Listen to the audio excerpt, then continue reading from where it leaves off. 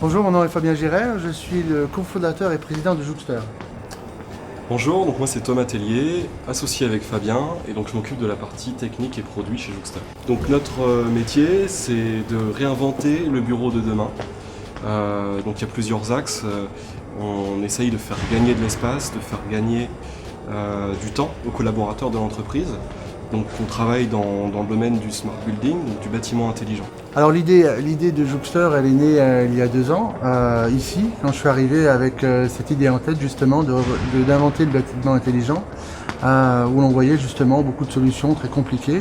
Et on s'est dit, maintenant que tout le monde a des smartphones dans la poche et qu'il y a des technologies qui permettent de créer des petits objets connectés qu'on peut mettre dans le bâtiment, on va pouvoir créer quelque chose qui va vraiment créer un nouvel usage, un nouveau comportement pour que les personnes puissent s'orienter, se guider, trouver quelqu'un dans son bâtiment de manière complètement intuitive. Donc c'est là qu'a commencé l'aventure, à l'incubateur, ici même en face, où après quelques mois j'ai rencontré Thomas qui a été mon fournisseur tout d'abord pour développer le prototype, et puis après on s'est rendu compte qu'on était vraiment fait l'un pour l'autre en termes d'entrepreneuriat bien sûr.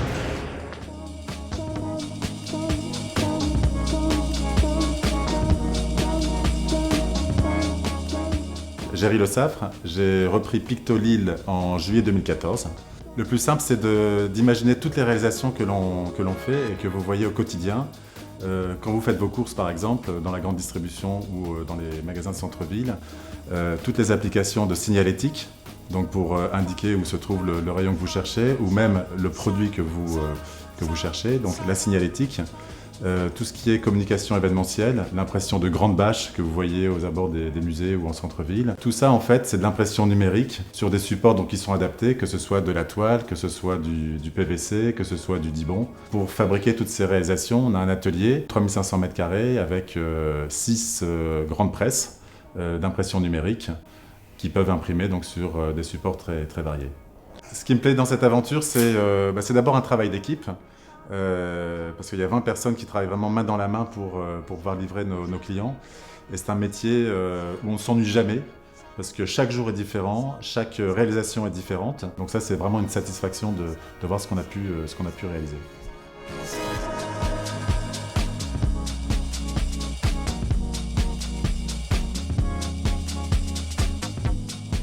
Antoine David, directeur général de la société Iserco. Gaëtan Dumé, directeur technique Iserco. Iserco a été créé en 81 par Michel Eckett. C'est une société qu'on a repris fin d'année 2014.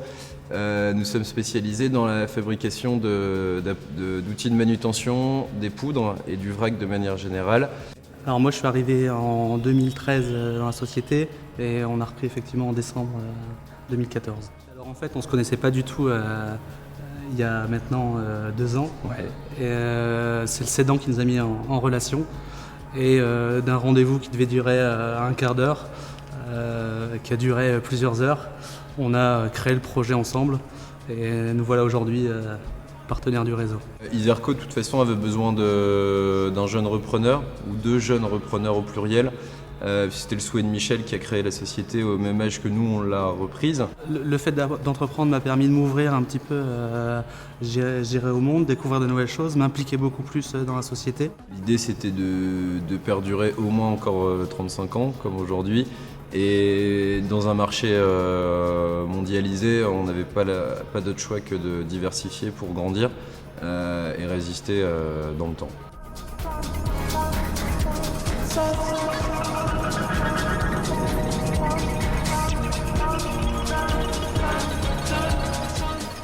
François Cout, je suis docteur en biotechnologie et je suis l'un des fondateurs de l'Hypofabrique avec le professeur Philippe Jacques. Je suis Arnaud Delecroix, donc je suis entrepreneur, développeur d'entreprise. J'ai rencontré François Cout et Philippe Jacques il y a 2 ans et on a décidé de développer l'entreprise ensemble. Donc l'entreprise l'Hypofabrique a pour objet de réaliser de la recherche et développement sur des molécules biologiques d'intérêt et de les produire à destination d'industriels sur les marchés principalement phytosanitaires, cosmétiques et désinfection. En fait, le projet L'Hypofabrique, il est né de 20 ans de recherche au sein du laboratoire Probiogem de l'Université de Lille 1. Et maintenant, depuis l'arrivée d'Arnaud, on essaye de développer cette entreprise afin d'industrialiser la production. Alors en l'espace de 2 ans, l'entreprise Lipofabrique a énormément progressé.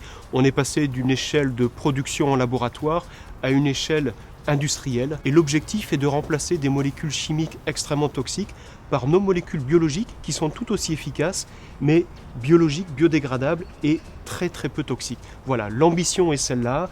On est sur des marchés internationaux extrêmement importants et à l'horizon 5 ans, c'est une vraie petite industrie spécialisée dans la production de molécules biologiques que nous allons mettre en place afin de satisfaire la demande de ce marché.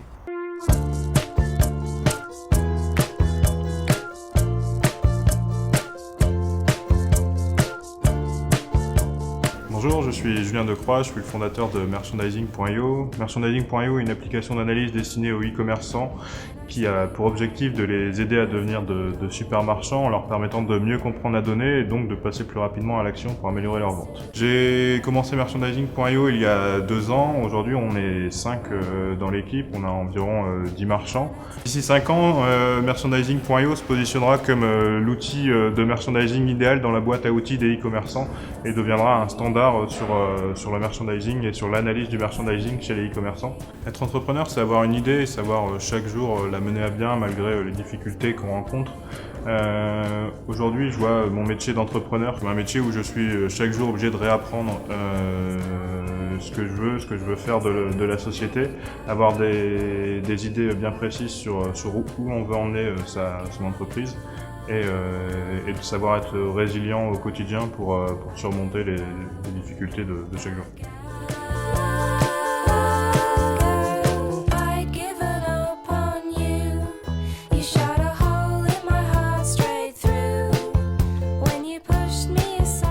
Alors bonjour, moi c'est Adrien. Bonjour, moi c'est Vincent. Et donc on a créé tous les deux Dashbox il y a maintenant une petite année. Donc Dashbox, c'est né de plusieurs constats assez simples. On n'a pas le temps de déjeuner le midi, on veut quelque chose de pas trop cher et enfin quelque chose de diversifié et de bon. Chaque jour, le concept est simple. Vous commandez votre déjeuner avant 11h et vous êtes livré à heure fixe tous les jours à l'accueil de votre entreprise. En gros, notre mission aujourd'hui, c'est de varier les déjeuners des salariés et de leur simplifier la vie. Aujourd'hui, on est super content d'avoir créé Dashbox parce qu'on est persuadé qu'on va arriver à simplifier et à apporter de la diversité à des millions de salariés français chaque midi.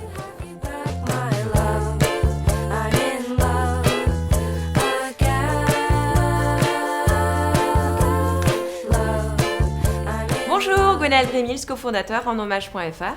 Bonjour, Emmanuel Vasseur, cofondateur d'en Hommage.fr.